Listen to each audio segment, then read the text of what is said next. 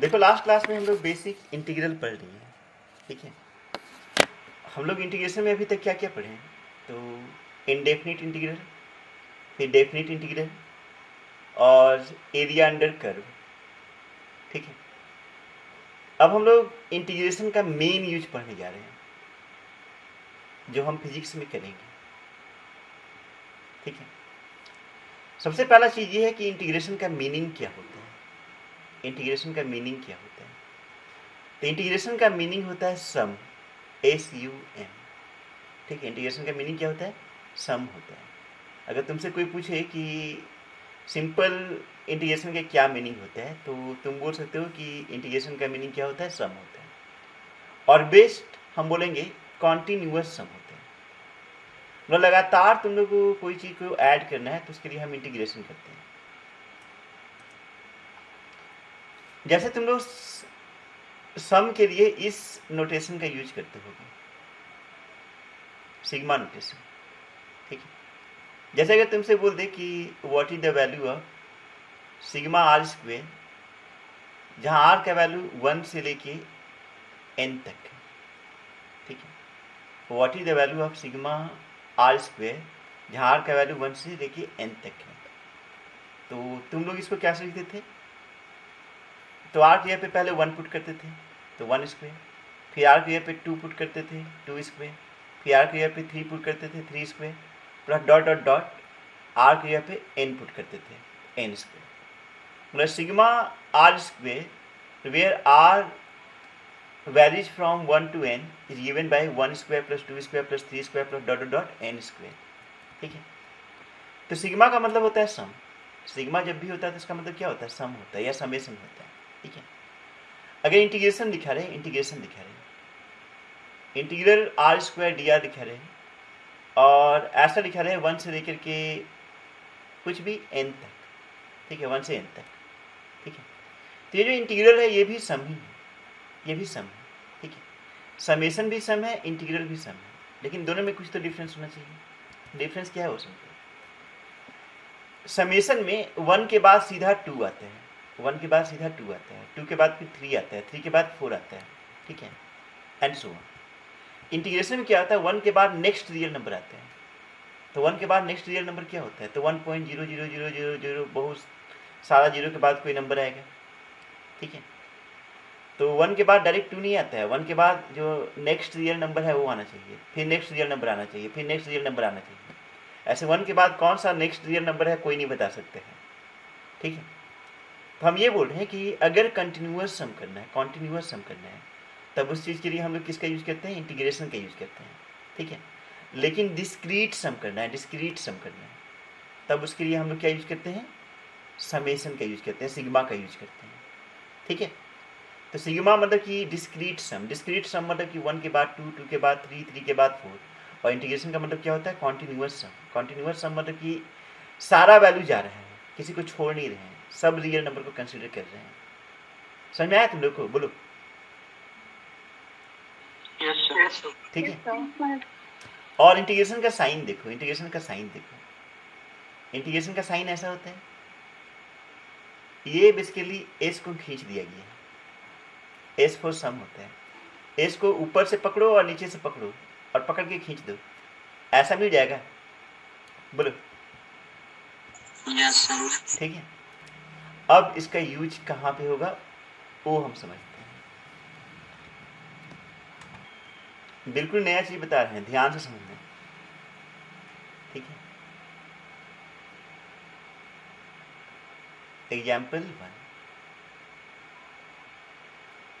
Suppose इस तरह का एक रॉड दिया हुआ है जिसका लेंथ L है और मास M, ठीक है। लेंथ L है और मास क्या है? M, ठीक है। अगर रॉड को 2 इक्वल पार्ट में तोड़ दें सच दैट कि एक पार्ट का लेंथ L/2 है और दूसरा पार्ट का भी लेंथ L/2 है, ठीक है, तो दोनों पार्ट का मास कितना कितना होना चाहिए बताइए तो?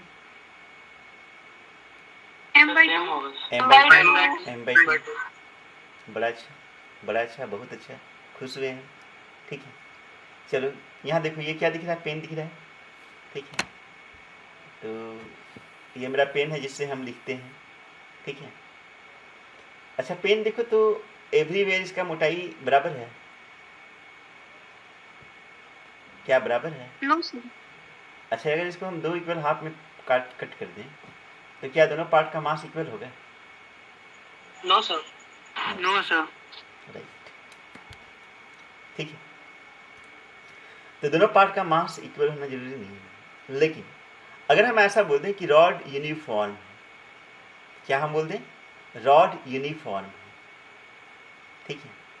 तब अगर इसको हम दो इक्वल पार्ट में डिवाइड कर लें तो दोनों पार्ट का मास क्या होगा? इक्वल होगा, ठीक है। हम क्या बोल दें कि रॉड यूनिफॉर्म है, रॉड यूनिफॉर्म है, ठीक है। तब उस केस में इक्वल पार्ट में हम ब्रेक करेंगे तो मास भी इक्वल होगा, ठीक। मान लो कि इस रॉड का लेंथ है 100 मीटर और मास है 100 kg।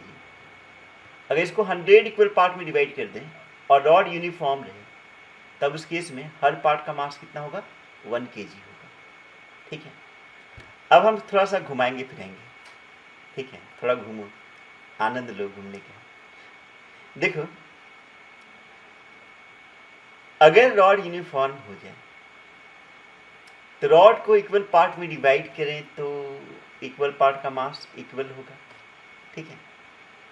हम इसको ऐसा ही बोल सकते हैं कि m/l जो करेंगे, m/l अगर हम करते हैं m/l करते हैं मतलब m/l क्या है? मास पर यूनिट लेंथ। तो mass per unit length at each part of the rod is same, ठीक है। मास पर यूनिट लेंथ बोलने का मतलब क्या हुआ? यूनिट लेंथ का मास। अगर रॉड यूनिफॉर्म हो जाए तो उसका मास पर यूनिट लेंथ क्या होगा? यूनिफॉर्म होगा, मतलब एवरीवेयर m/l सेम ही होगा, ठीक है। m/l का मतलब हुआ यूनिट लेंथ का मास। फॉर एग्जाम्पल मान लो एक रॉड है जिसका मास है 1 kg और लेंथ है 1 सेंटीमीटर, तो उसका मास पर यूनिट लेंथ कितना होगा? 1 kg पर सेंटीमीटर। उसका मास पर यूनिट लेंथ कितना होगा? 1 kg पर सेंटीमीटर। 1 kg पर सेंटीमीटर का मतलब ये हुआ कि 1 सेंटीमीटर का मास है 1 kg। तो इसे हम बोल सकते हैं कि हाफ सेंटीमीटर का मास कितना होगा? हाफ kg होगा, ठीक है। और मास पर यूनिट लेंथ को कभी कभी हम लोग रो से डिनोट करते हैं। मास पर यूनिट लेंथ पे क्या कर सकते हैं? रो से डिनोट करते हैं, ठीक है। अब हम ऐसा सोच सकते हैं कि ये जो रॉड है, ठीक है, बहुत सारा छोटा छोटा लेंथ से मिलकर बना हुआ है। ये जो रॉड है बहुत सारा छोटा छोटा लेंथ से मिलकर बना हुआ है, ठीक है। उसमें एक लेंथ हम मानिए इतना बड़ा है, ठीक है।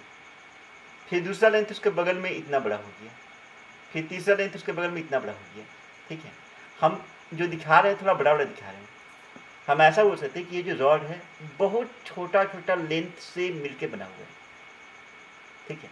मतलब इन्फिनिटीसिमली स्मॉल लेंथ से मिलके बना हुआ है। इन्फिनिटीसिमली, स्मॉल का मीनिंग ये हुआ कि बहुत स्मॉल पोर्शन से मिलके बना हुआ है ये रॉड, ठीक है। हम ऐसा किए कि उसमें एक पोर्शन कंसीडर किए रॉड पे, ठीक है, और इस पोर्शन का लेंथ मान लीजिए dx।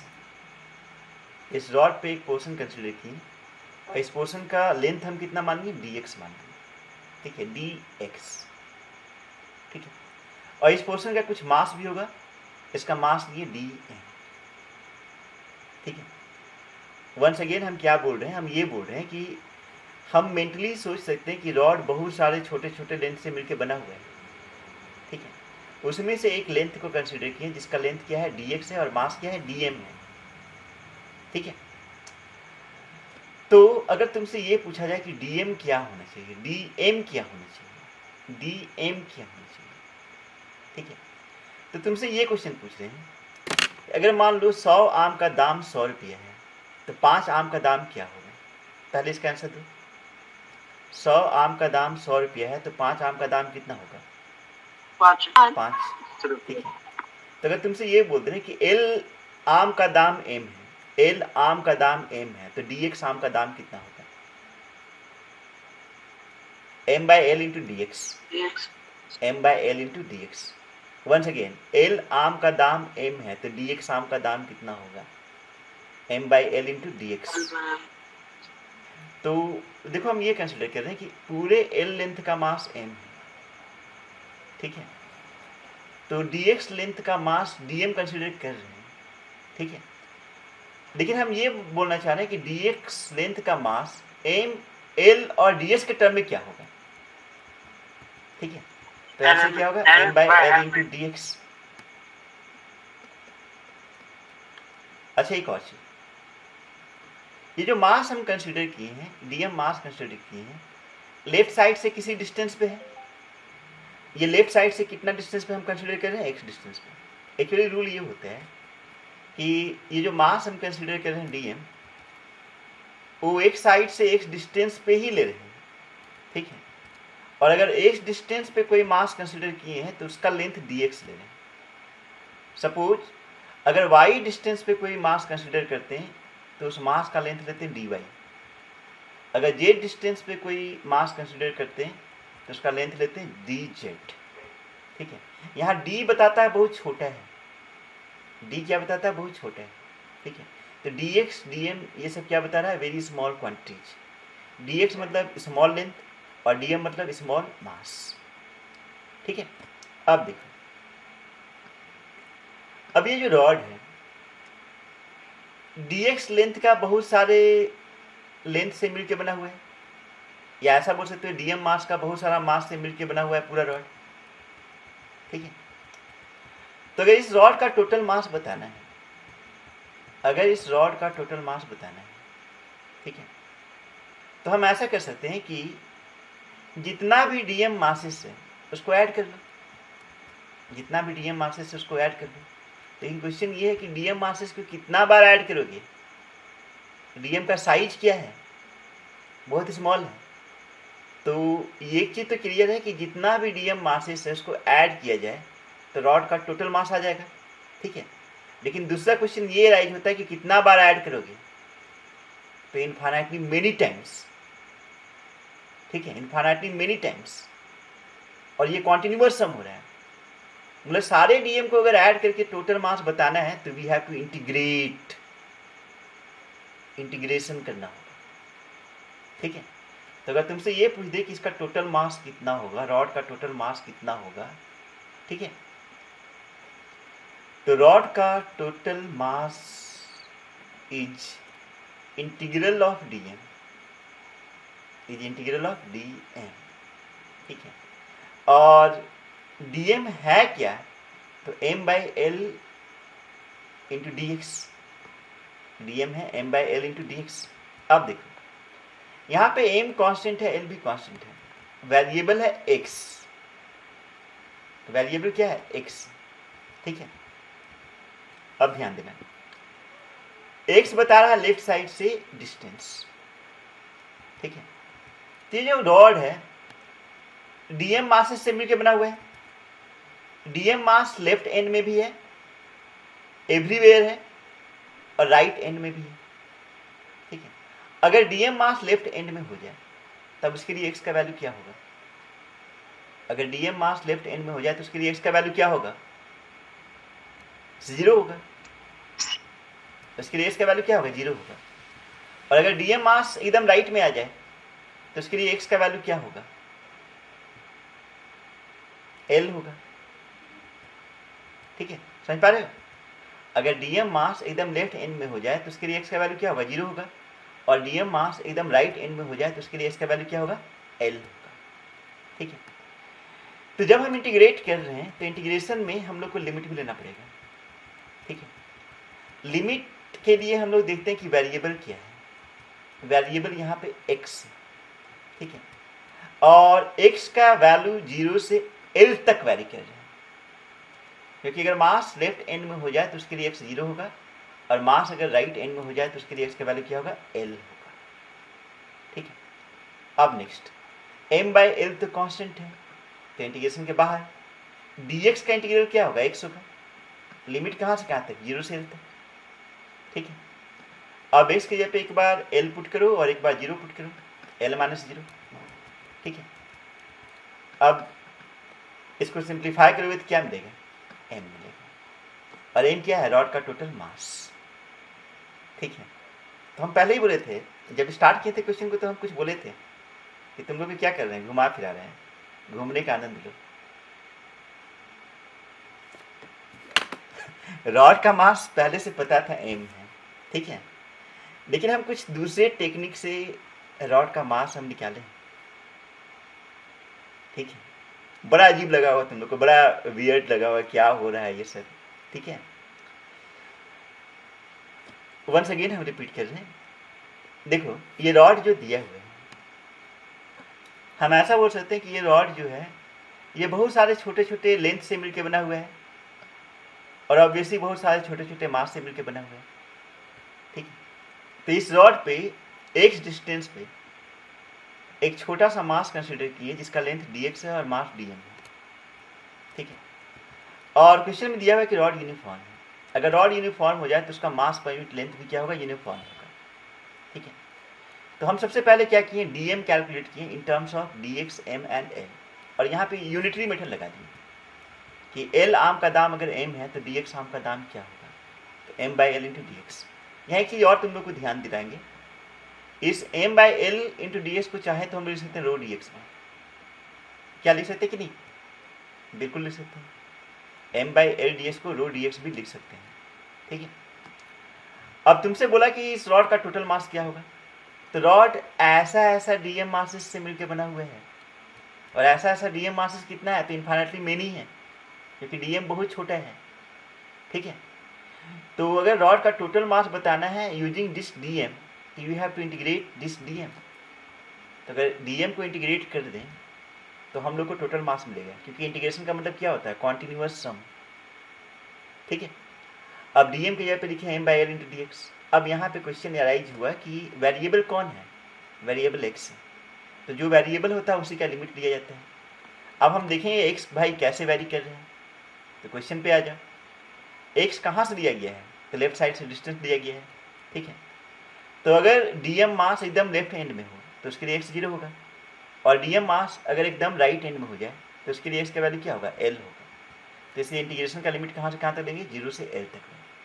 ठीक है, और लिमिट पुट करेंगे तो फाइनली मास मिलेगा कैपिटल M, जो कि मिलना भी चाहिए, है ना। चलो अब आगे बढ़ते हैं। क्वेश्चन में ऐसा दिया हुआ है कि mass per unit length of a rod at a distance x from its left end is given by rho equal to 2x plus 3, find its mass. अब पहला नंबर तो इस क्वेश्चन को ही 2 बार पढ़ना पड़ेगा कि बोल क्या रहे हैं। ठीक है, क्वेश्चन ये बोल रहा है कि ये रॉड नॉन यूनिफॉर्म है, यूनिफॉर्म नहीं है। ठीक है, एक साइड हल्का है, एक साइड भारी है। जैसे एकदम लेफ्ट साइड के लिए x का वैल्यू क्या होगा? 0। तो अगर इसमें x का वैल्यू 0 पुट कर दें तो रो का वैल्यू क्या आएगा? 3। ठीक है, और राइट साइड में x का वैल्यू l होगा। चलो l थोड़ा देर के लिए 2 मान लेते हैं, l थोड़ा देर के लिए 2 मान लें। ठीक है, तब उस केस में राइट मोस्ट साइड में रो का वैल्यू कितना होगा? तो 2 इंटू 2 प्लस 7। ठीक है, तो रो का वैल्यू ज़्यादा किधर है, लेफ्ट साइड या राइट साइड? राइट साइड में रो का वैल्यू ज़्यादा है। ठीक है, रो ये बताता है कि भारी किधर है, रो क्या बताता है? भारी किधर है। ठीक है, तो राइट साइड में ज़्यादा भारी है, लेफ्ट साइड में हल्का है। ठीक है, ये रॉड नॉन यूनिफॉर्म है, जिसका लेफ्ट साइड हल्का है, राइट साइड भारी है, और तुम्हें बताना है कि इसका टोटल मास क्या होगा। ठीक है, एक चीज़ दिया हुआ है कि x डिस्टेंस पे रो का वैल्यू क्या है? 2x प्लस 3 है। ठीक है, तो पहला चीज़ ये है कि हम लोग जानते हैं कि ये जो रॉड है ये बहुत सारा छोटा छोटा पोर्शन से मिलकर बना हुआ है, उसी में से एक छोटा सा पोर्शन कंसिडर किए, कितना डिस्टेंस पे? x डिस्टेंस पे। इसका कुछ लेंथ होना चाहिए, dx लेंगे, dx। ठीक है, तो जो छोटा सा पोर्शन कंसिडर किए उसका लेंथ लेंगे dx, और इसका मास क्या लेना चाहिए? dm। ठीक है, तो कंसीडर एन एलिमेंटल मास।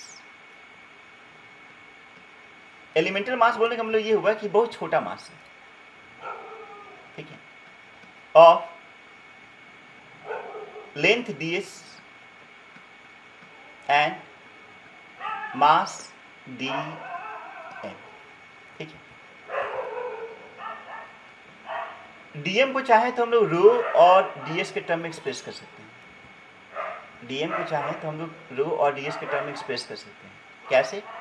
तो ये वाला देखो, dm क्या है? रो इंटू dx, ठीक है। ऐसे भी देखो, रो है यहाँ पे क्या? रो है मास पर यूनिट लेंथ, तो मास पर यूनिट लेंथ को अगर लेंथ से मल्टीप्लाई करेंगे तो मास मिल जाएगा, ठीक है। तो यहाँ पे तुरंत अर्पिता बोलेगी कि जब रो मास पर यूनिट लेंथ है तो उसको टोटल लेंथ एल से मल्टीप्लाई कर दे, टोटल मास मिल जाएगा। क्या अर्पिता? रो अगर मास पर यूनिट लेंथ है, ठीक है, तो रो को टोटल लेंथ से मल्टीप्लाई कर दें तो टोटल मास मिल जाएगा। इंटीग्रेशन करने की क्या जरूरत है? क्या गलती है इसमें बताओ अर्पिता? सर मास डिफरेंट है, क्योंकि रॉड नॉन यूनिफॉर्म है। इसका आंसर यही है, रॉड क्या है? नॉन यूनिफॉर्म है। अगर रॉड यूनिफॉर्म होता है तब उसका रो एक्स पे डिपेंडेंट ही नहीं होता है। अगर रॉड यूनिफॉर्म होता है तो उसका रो एक्स पे डिपेंडेंट ही नहीं होता है, उसका रो कांस्टेंट रहता है। तब उस केस में डायरेक्ट हम रो इंटू एल कर देते हैं और टोटल मास मिल जाता है, ठीक है। तो तुरंत दूसरा क्वेश्चन अराइज होगा कि जब टोटल मास के लिए रो इंटू एल नहीं कर सकते तो छोटा मास के लिए रो इंटू डी एस क्यों कर सकते हैं? आसिफ, जब टोटल मास के लिए हम लोग रो इंटू एल नहीं कर सकते हैं तो छोटा मास के लिए रो इंटू डी एस कैसे कर सकते हैं? सर क्योंकि उसका मास बहुत छोटा रहेगा, क्योंकि उसका लेंथ बहुत छोटा है, क्योंकि उसका लेंथ बहुत छोटा है। पर लिटरली हम मान सकते हैं कि रो कांस्टेंट होगा,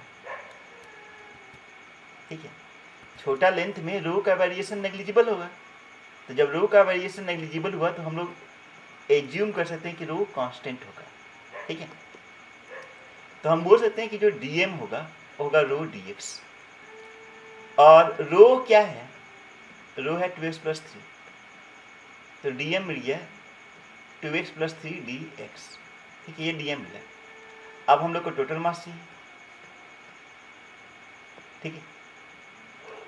तो टोटल मास के लिए ये जो रॉड है ऐसा dm से मिलकर बना हुआ है, ठीक है। तो अगर टोटल मास निकालना है तो सारे dm को ऐड कर लेंगे और ये कंटिन्यूअस सम होगा। तो यहाँ पे एडिशन को हम किस चीज से डिनोट करेंगे? इंटीग्रेशन से, है ना। यहाँ पे सारे dm को अगर हम ऐड कर लें तो हम लोग को टोटल मास मिल जाएगा, ठीक है। तो बहुत सारा dm है, ठीक है, तो बहुत सारा dm है तो टोटल मास क्या होगा? इंटीग्रल dm हो जाएगा, ठीक है। और dm के बदले क्या लिखोगे? 2x plus 3 dx। अब यहाँ पे देखो वेरिएबल क्या है? वेरिएबल क्या है बताओ तुम लोग? वेरिएबल x है, ठीक है। वेरिएबल क्या है? x है। अब देखेंगे x कहाँ से कहाँ तक वैरी करेगा, ठीक है।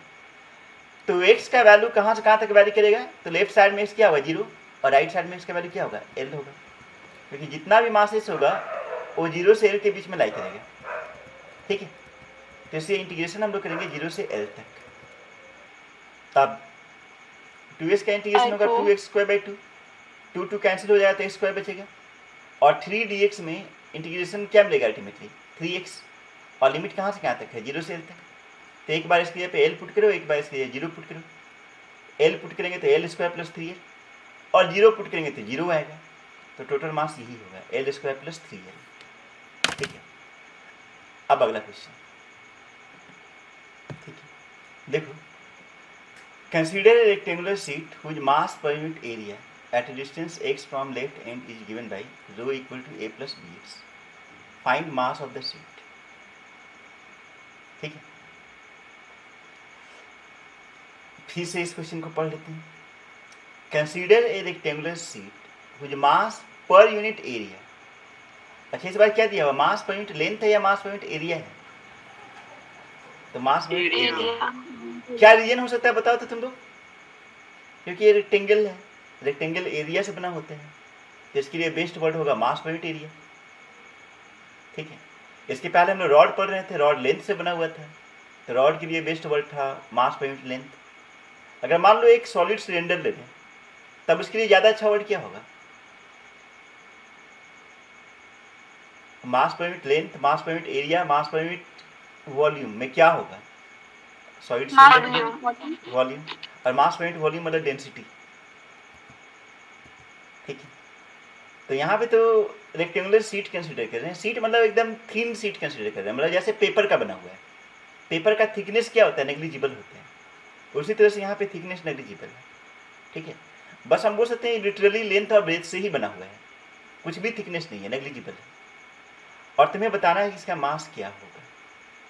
ठीक है, तो वंस अगेन ये बहुत सारे छोटे छोटे पार्टिकल से मिलकर बना हुआ है। ठीक है, तो इंटीग्रेशन करते वक्त जो एलिमेंट लेते हैं, एलिमेंट लेने का भी टेक्निक होता है। जैसे रॉड के लिए जो एलिमेंट ले रहे थे वो लाइन जैसा ले रहे थे। ठीक है, रेक्टेंगल के लिए जो एलिमेंट लेंगे वो हम रेक्टेंगल जैसा लेंगे। रेक्टेंगल के लिए जो एलिमेंट लेंगे वो कैसा लेंगे? रेक्टेंगल जैसा लेंगे। ठीक है, तो हम एक रेक्टेंगुलर स्ट्रिप कंसिडर किए और इसका थिकनेस हम ले रहे हैं dx, इसका मास ले रहे हैं dm। ठीक है, तो हम लोग एक रेक्टेंगुलर शीट कंसिडर किए एट ए डिस्टेंस x, जिसका मास है dm, थिकनेस है dx। तो हम बोल सकते हैं कि ये जो पूरा रेक्टेंगल है इस तरह का एलिमेंटल शीट से मिलकर बना हुआ है। ठीक है, तो सबसे पहले हम लोग क्या करेंगे? dm कैलकुलेट करेंगे और फिर dm को इंटीग्रेट कर देंगे तो टोटल मास मिल जाएगा। अब क्वेश्चन ये है कि dm कैलकुलेट कैसे होगा? ठीक है, तो देखो मास पर यूनिट लेंथ को अगर लेंथ से मल्टीप्लाई करें तो मास मिलते हैं, उस तरह से मास पर यूनिट एरिया को किस चीज से मल्टीप्लाई करें तो मास मिलेगा? एरिया से, राइट, एरिया से। तो हम पूरे रेक्टेंगल का एरिया से अगर रो को मल्टीप्लाई कर दें तो गलत मास आएगा। क्यों गलत मास आएगा? क्योंकि रो एक्स पे डिपेंडेंट है, मतलब मास पर यूनिट एरिया यहाँ पे यूनिफॉर्म नहीं है। अगर मास पर यूनिट एरिया यूनिफॉर्म हो तो रो को अगर हम रेक्टेंगल का एरिया से मल्टीप्लाई कर दें तो रेक्टेंगल का मास मिल जाएगा। लेकिन रो तो एक्स पे डिपेंडेंट है, मतलब अलग अलग जगह में अलग अलग रो होगा, अलग अलग मास पर यूनिट एरिया होगा। तो हम लोग को ये करना पड़ेगा कि जो एलिमेंट कंसीडर किए उसका एरिया निकालना पड़ेगा। ठीक है, तो एलिमेंट का एरिया क्या होना चाहिए आदित्य? ये सीधा क्या होगा? dx into b। Right, dx into b होगा। क्या दिमाग लगाना है इसमें? अरे जो एलिमेंट दिख रहा है इसका हाइट b दिख रहा है और थिकनेस dx दिख रहा है, एरिया कितना होगा? b dx, खत्म कहानी। तो एरिया ऑफ स्ट्रिप क्या होगा? एरिया ऑफ स्ट्रिप होगा लेंथ इंटू ब्रेथ, तो dx इंटू b होगा। ठीक है, ठीक, एरिया ऑफ स्ट्रिप मिल गया। तो मास ऑफ स्ट्रिप क्या होगा? तो मास ऑफ स्ट्रिप का नाम दिए हैं dm। ठीक है, तो dm होगा मास पर यूनिट एरिया इंटू उसका एरिया, एरिया है b dx, मास पर यूनिट एरिया इंटू उसका एरिया, एरिया है b dx। ठीक है, तो total mass of the rectangle क्या होगा? Total mass of the rectangle क्या होगा? तो सब dm का सम होगा। तो बहुत सारा dm है, तो बहुत सारा dm का सम क्या होगा? इंटीग्रल dm, और dm क्या है? रो b dx है। रो क्वेश्चन में क्या दिया हुआ है? a plus b x. ठीक है, तो रो की जगह पर लिख दिए a प्लस बी एक्स, इधर कैपिटल B dx। अब यहां पे लिमिट आएगा, वेरिएबल कौन है? x। आसिफ ट्राई करो, x क्या होना चाहिए? x का लिमिट क्या होना चाहिए? x कहां से कहां तक वेरी कर रहा है? सर 0 से l तक। 0 से l तक, राइट, 0 से l तक होगा, सही बोली। ठीक है, कौन बोली थी? मधु। सर ठीक है, लिमिट होगा 0 से L तक। क्यों 0 से L तक होगा वो समझो। पहला क्वेश्चन हम ये तुम लोगों से पूछ रहे हैं कि ये जो रेक्टेंगल है वो स्ट्रिप से मिलके बना हुआ है, ठीक है। ऐसा ऐसा स्ट्रिप लेफ्ट साइड से लेके एवरीवेयर रहेगा एकदम राइट साइड तक, ठीक है। अगर स्ट्रिप लेफ्ट मोस्ट में रहे तो उसके लिए x का वैल्यू क्या होगा? 0 होगा। अगर स्ट्रिप लेफ्ट मोस्ट में हो तो x का वैल्यू 0 होगा, और स्ट्रिप अगर राइट मोस्ट में हो जाए तो उसके लिए x का वैल्यू क्या होगा? L होगा। तो इसलिए x का जो वैल्यूज होगा वो 0 से L तक वैरी करेगा। तो लिमिट में हम लोग 0 से L कंसिडर करेंगे। अरे x वेरिएबल है, x क्या बता रहा है? देखो तो x क्या बता रहा है, स्ट्रिप के देखिए, x बता रहा है स्ट्रिप का पोजीशन, नहीं बता रहा ना, x बता रहा है स्ट्रिप का पोजीशन। और ये जो रेक्टेंगल है, ये जो पूरा रेक्टेंगल है ऐसे ऐसे स्ट्रिप से मिलके बना हुआ है ना। तो जो स्ट्रिप लेफ्ट मोस्ट में है उसके लिए x का वैल्यू क्या होगा? 0 होगा। और जो स्ट्रिप राइट मोस्ट में होगा उसके लिए x का वैल्यू क्या होगा? L होगा। तो इसलिए x का वैल्यू कहाँ से कहाँ तक वैरी कर रहा है? 0 से L तक वैरी कर रहा है, ठीक है। तो इसलिए इंटीग्रेशन में जो लिमिट लेंगे वो कहाँ से कहाँ तक लेंगे? 0 से L तक लेंगे, ठीक है। तो यहाँ पे लिमिट होगा 0 से L तक। अब इसमें जो कांस्टेंट है उसको बाहर निकाल लो, तो b कांस्टेंट है, बाहर निकाल लो। a dx इंटीग्रेशन होगा x, और bx का इंटीग्रेशन होगा bx स्क्वायर बाई 2, लिमिट 0 से L तक, ठीक है। अगर L पुट करें तो al plus bl square by 2 आएगा, और 0 पुट करने के बाद में 0 आएगा। L कॉमन निकाल लो, तो bl into a plus bl upon 2, this is the answer. Integration करना बड़ा बात नहीं है, क्वेश्चन ये है कि कैसे क्वेश्चन को टैकल कर रहे हैं, ठीक है। देखो इंटीग्रेशन करते वक्त एलिमेंट्स लेने का टेक्निक होता है। एलिमेंट का शेप डिपेंड करता है गिवन फिगर के शेप पे। जैसे अगर रॉड है तो रॉड के केस में छोटा छोटा लेंथ कंसिडर करते हैं। अगर रेक्टेंगल हो या स्क्वायर हो तब उसके लिए रेक्टेंगुलर स्ट्रिप कंसिडर करेंगे। अगर एक डिस्क हो जाए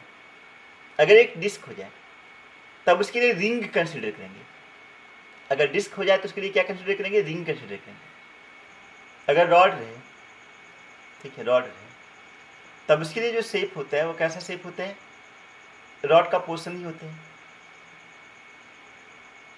मतलब बोल सकते हो लीनियर लेंथ ही होगा, ठीक है। अगर रेक्टेंगल हो जाए तब इसके लिए जो स्ट्रिप होगा वो रेक्टेंगुलर स्ट्रिप होगा। हाँ, एक और चीज बता दे रहे हैं, पहला केस में जो स्ट्रिप लिए हैं वो कितना डिस्टेंस पे लिए हैं? x डिस्टेंस पे, तो इसका थिकनेस क्या लेंगे? dx लेंगे, ठीक है। दूसरा केस में जो स्ट्रिप लिए हैं वो कितना डिस्टेंस पे लिए हैं? x डिस्टेंस पे, ठीक है। और उसका विड्थ कितना लेंगे? dx लेंगे। मान लो इसका एरिया है d और इस साइड में जो लेंथ है वो b है, तो dA इक्वल टू क्या होना चाहिए? dx into b bdx, ठीक है। ये दोनों में तो कोई दिक्कत नहीं है क्योंकि अभी तुरंत बताएंगे। Next, disc. मान लो इस तरह का एक डिस्क है, ठीक है। तो हम ऐसा बोल सकते हैं कि डिस्क बहुत सारा छोटा छोटा रिंग से मिलकर बना होगा, ठीक है। उसमें एक रिंग ऐसा बना देंगे, हाँ, कंसेंट्रिक रिंग लेना है। अगर हम एक डिस्क कंसिडर कर रहे हैं तो ये जो डिस्क है, इस डिस्क को हम ये एज्यूम कर सकते हैं कि ये बहुत सारे छोटे छोटे कंसेंट्रिक रिंग से बना हुआ है, ठीक है। उसमें एक कंसेंट्रिक रिंग का रेडियस x दिए, ठीक है, और थिकनेस दिए dx, ठीक है। और मान लो कि इसका एरिया डी है, एरिया डी है, ठीक है। तो थोड़ा सोच के बताना कि डी ए क्या होना चाहिए, डी ए क्या होना चाहिए, थोड़ा सोचो। पाई हाँ हाँ, capital r minus capital small r square. Pi capital r square minus pi small r square. हाँ ये सही है, Yes, sir. सही है, ये सही है, ठीक है। लेकिन उससे भी अच्छा तरीका बताते हैं। देखो, मान लो कि ये जो रेड कलर का हम रिंग बना के रखे हैं, इसको यहाँ से कट कर दो, यहाँ से क्या करो, कट कर दो, ठीक है। और कट करके उसको खींच दो, खींच करके फैला दो, ठीक है। तो उसका थिकनेस तो बहुत स्मॉल है, डीएक्स बहुत स्मॉल है, ठीक है। खींचने के बाद में ये वाला लेंथ कितना होगा बताओ तो, सरकमफ्रेंस के बराबर। हम ये बोल रहे हैं कि खींचने के बाद में ये टोटल लेंथ कितना होगा, सरकमफ्रेंस। सरकमफ्रेंस क्या आएगा, 2πx, और इसका थिकनेस कितना है, dx। डीएस तो एरिया क्या होगा, 2πx dx, ठीक है, समझ में। इसका एरिया होगा 2πx dx, तो dA equal to 2πx dx। मतलब हम ऐसा बोल सकते हैं, circumference into thickness is it's area. ये तभी कर सकते हैं जब स्ट्रिप का थिकनेस स्मॉल होगा, ठीक है। अगर स्मॉल थिकनेस नहीं होगा तो यहाँ पे किनारे किनारे थोड़ा ऐसा भी बनेगा, समझ पा रहे हो। ये ऐसा तभी कर सकते हैं जब थिकनेस स्मॉल होगा। उस केस में किनारे मतलब ये जो थोड़ा सा जो पोर्शन है ना, उसको इग्नोर कर दे रहे हैं। अब इसके बाद स्फीयर कंसिडर करें, स्फीयर, सॉलिड स्फीयर, हॉलो नहीं, सॉलिड स्फीयर। हम बोल सकते हैं कि ये जो सॉलिड स्फीयर है, ये कंसेंट्रिक स्फीयर से मिलकर बना हुआ है, कंसेंट्रिक स्फीयर से मिलकर बना हुआ है। उसमें से एक कंसेंट्रिक स्फीयर का वॉल्यूम मान लीजिए dv, तो dv इक्वल टू यहाँ पे होना चाहिए 4πx² इंटू dx। अच्छा, 4πx² होता क्या है बताओ तो। स्फीयर के केस में 4πr² क्या होते हैं, सरफेस एरिया, सरफेस एरिया। ठीक है। तो surface area into thickness is volume, ठीक है। तो ये वाला सरफेस एरिया को थिकनेस से मल्टीप्लाई कर दें तो वॉल्यूम मिल जाएगा, ठीक है। थोड़ा इसको समझने के लिए ऐसे समझो, जैसे मान लो इस तरह का एक क्यूबॉइड ले लीजिए, ठीक है, क्यूबॉइड ले लीजिए। इसका ऊपर वाला सरफेस एरिया ए है और थिकनेस है dx, इसका वॉल्यूम क्या होगा, a into D x, A into D x. तो इसके लाइन पे हम बोल सकते हैं कि ये जो स्फीयर है, एलिमेंटल स्फीयर, उसका वॉल्यूम क्या होगा, उसका सरफेस एरिया इंटू थिकनेस, ठीक है। अच्छा, अगर इसको इंटीग्रेट कर दें, थोड़ा देर के लिए इसको इंटीग्रेट कर लें, बड़ा मज़ेदार चीज़ दिखाते हैं, बड़ा मज़ा आएगा तुमको, ठीक है। एक इंटरेस्टिंग चीज़ बता रहे हैं। अगर 4πx² ds को इंटीग्रेट कर लें और मान लो कि इस स्फीयर का रेडियस है कैपिटल R, तो ये जो स्फीयर बना हुआ है ये बहुत सारे कंसेंट्रिक हॉलो स्फीयर से मिलकर बना होगा। तो जो सबसे छोटा स्फीयर होगा यहाँ पे होगा और जो सबसे बड़ा स्फीयर होगा यहाँ पे होगा। सबसे छोटा स्फीयर का रेडियस क्या होगा बताओ तो, 0। और जो सबसे बड़ा स्फीयर होगा उसका रेडियस क्या होगा, कैपिटल। तो इंटीग्रेशन कहाँ से कहाँ तक होगा, 0 से 8 तक, ठीक है। 4π कांस्टेंट है, x² का इंटीग्रेशन क्या होगा, s³/3, लिमिट 0 से 8 तक। अल्टीमेटली क्या मिला, 4/3πr³। अच्छा, 4/3πr³ क्या होता है, वॉल्यूम। Volume of sphere. कितना इंटरेस्टिंग चीज है। देखो, हम ये dv कंसीडर किए हैं, ठीक है, एक हॉलो पोर्शन का वॉल्यूम कंसीडर किए हैं, उसको इंटीग्रेट कर दिए, टोटल वॉल्यूम मिल गया है।